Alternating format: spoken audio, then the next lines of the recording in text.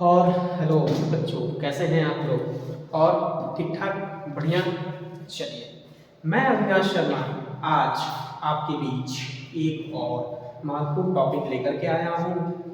और जरा गौर से देखें, यदि हम बात करें पृष्ठीय क्षेत्रफल एवं आयतन, surface area and volume of solid. वैसे तो आप लोगों का एग्जाम बहुत जल्द आने वाला है, बहुत जल्द स्टार्ट होगा। ये एक ऐसा टॉपिक है जो बोर्ड के लिए ही नहीं, बहुत सारे कंपटीशन में, बैंक हो गया, एसएससी हो गया, रेलवे हो गया, या अदर बहुत सारे ऐसे कंपटीशन एग्जाम के पेपरों में इससे रिलेटेड क्वेश्चंस आते हैं, जिसको समझ में ना आ पाने की वजह से बहुत ज्यादा कंफ्यूजन होता है।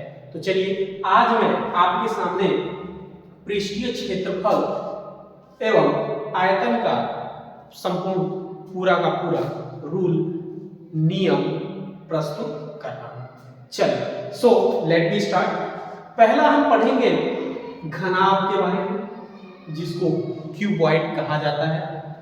ठीक, इसमें देखिए, जो हम लोग ये पढ़ रहे हैं, इसमें ये एक 3 डायमेंशनल शेप है, जिसमें लेंथ, ब्रेथ और हाइट तीनों दिया गया है।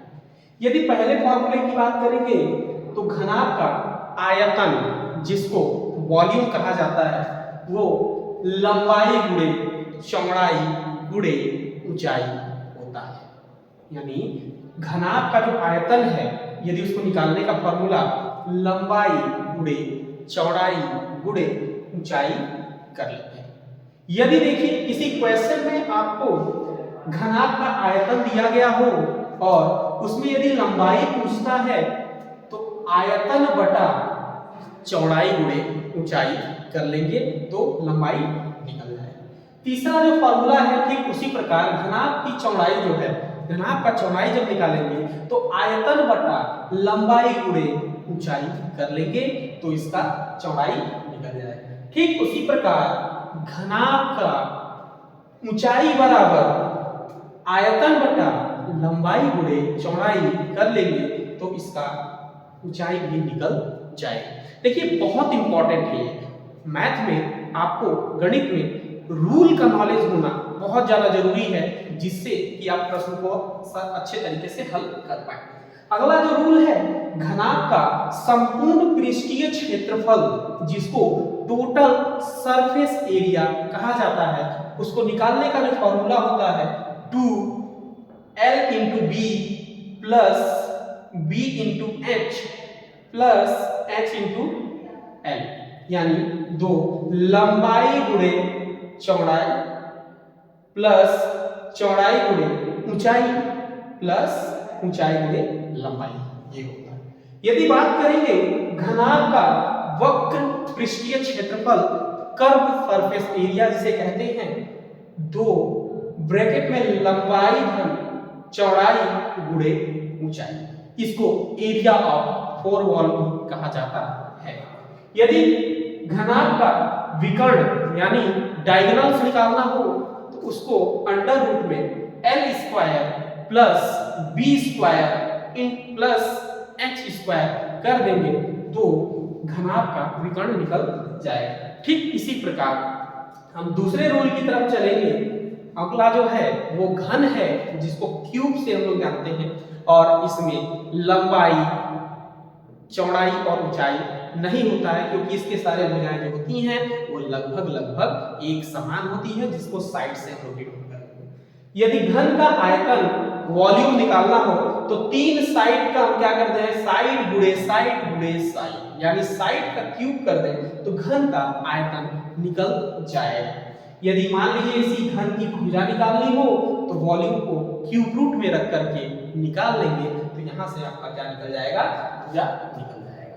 यदि घन का संपूर्ण पृष्ठीय क्षेत्रफल निकालना हो, यानी टोटल सरफेस एरिया, तो 6a स्क्वायर कर लेंगे, और बिल्कुल उसी तरीके से घन का वक्र पृष्ठीय क्षेत्रफल निकालना हो तो कर्व सरफेस एरिया जिसे कहते हैं 4a स्क्वायर करेंगे तो उसका मान निकल जाएगा।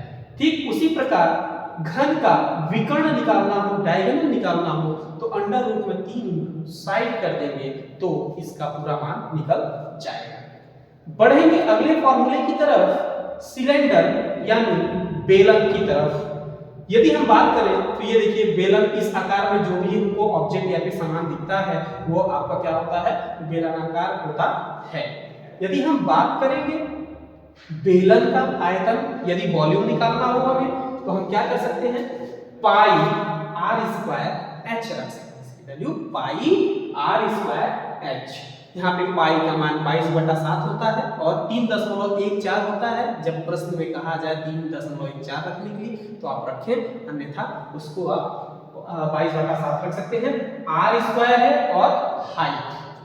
ठीक उसी प्रकार से बेलन का संपूर्ण पृष्ठीय क्षेत्रफल, टोटल सरफेस एरिया निकालना होगा तो 2 पाई आर ब्रैकेट में h प्लस आर रखेंगे तो संपूर्ण पृष्ठीय क्षेत्रफल यानी टोटल सरफेस एरिया निकल जाएगा। ठीक उसी प्रकार बेलन का वक्र पृष्ठीय क्षेत्रफल निकालना हो, कर्व सरफेस एरिया निकालना हो तो 2 पाई आर एच रख करके निकालेंगे तो हमारा वक्र पृष्ठीय क्षेत्रफल निकल जाएगा। देखिए ये सब रूल इतने ज्यादा इंपॉर्टेंट है जो आपकी परीक्षा के दृष्टिकोण से बहुत ज्यादा महत्वपूर्ण मायने रखता है। तो चलेंगे अगले टॉपिक की तरफ, शंकु की तरफ। बिल्कुल जैसे बर्थडे में जो टोपी पहनते हैं बच्चे, बिल्कुल उसी प्रकार का शंकु होता है, जिसमें देखिए ये हाइट हो गया, ये रेडियस हो गया और इसको जो है स्लैंटिंग हाइट कहते हैं, तिर्यक लंब। ठीक इसी प्रकार से शंकु का आयतन निकालेंगे यानी वॉल्यूम निकालेंगे तो 1/3 पाई आर क्यूब ये रखेंगे तो आपका शंकु का आयतन निकल जाएगा। यदि बात करूं मैं शंकु का तिर्यक जो ऊंचाई निकालना हो, एल निकालना हो, तो आप लोग पाइथागोरस प्रमेय पढ़े होंगे। ठीक उसी आधार पे यदि देखिए इसका तिर्यक जो है तिरछी ऊंचाई, यदि इसको निकालना हो तो हाइट का स्क्वायर प्लस ये रेडियस जो दिया गया है उसके स्क्वायर का सम, और यदि एल स्क्वायर दिया है, यदि एल निकालना हो तो इसका स्क्वायर रूट ले जाकर के यहाँ लगाएंगे तो ये h का स्क्वायर प्लस r का स्क्वायर रख करके अंडर रूट में रखेंगे तो तिर्यक ऊंचाई निकल जाएगी। और ठीक इसी तरीके से शंकु का संपूर्ण पृष्ठीय क्षेत्रफल यानी total surface area of cone निकालेंगे तो वो पाई आर और ब्रैकेट में L प्लस R होता है। बात करेंगे शंकु की वक्र पृष्ठीय क्षेत्रफल की यानी कर्व सरफेस एरिया, जिसका मान होता है, जिसका रूल होता है पाई आर एल। और L हमने कहां से निकाला, इस तिर्यक ऊंचाई से हमने क्या कर लिया, L का मान निकाल लिया। तो देखिए इस तरीके से आपको बहुत सारे रूल जो है उसको याद भी करना है और उसको याद कर लेंगे तो एग्जाम में आपके बहुत ज्यादा फायदेमंद होगा। बात करेंगे गोला का, जिसको स्फीयर कहा जाता है, उसमें रेडियस दिया गया है और हम बात करेंगे गोले का आयतन यानी वॉल्यूम बराबर 4/3 पाई आर क्यूब यानी 4/3 पाई आर क्यूब। यदि ये रख करके आप इसका मान निकालेंगे तो गोले का आयतन भी निकल जाएगा।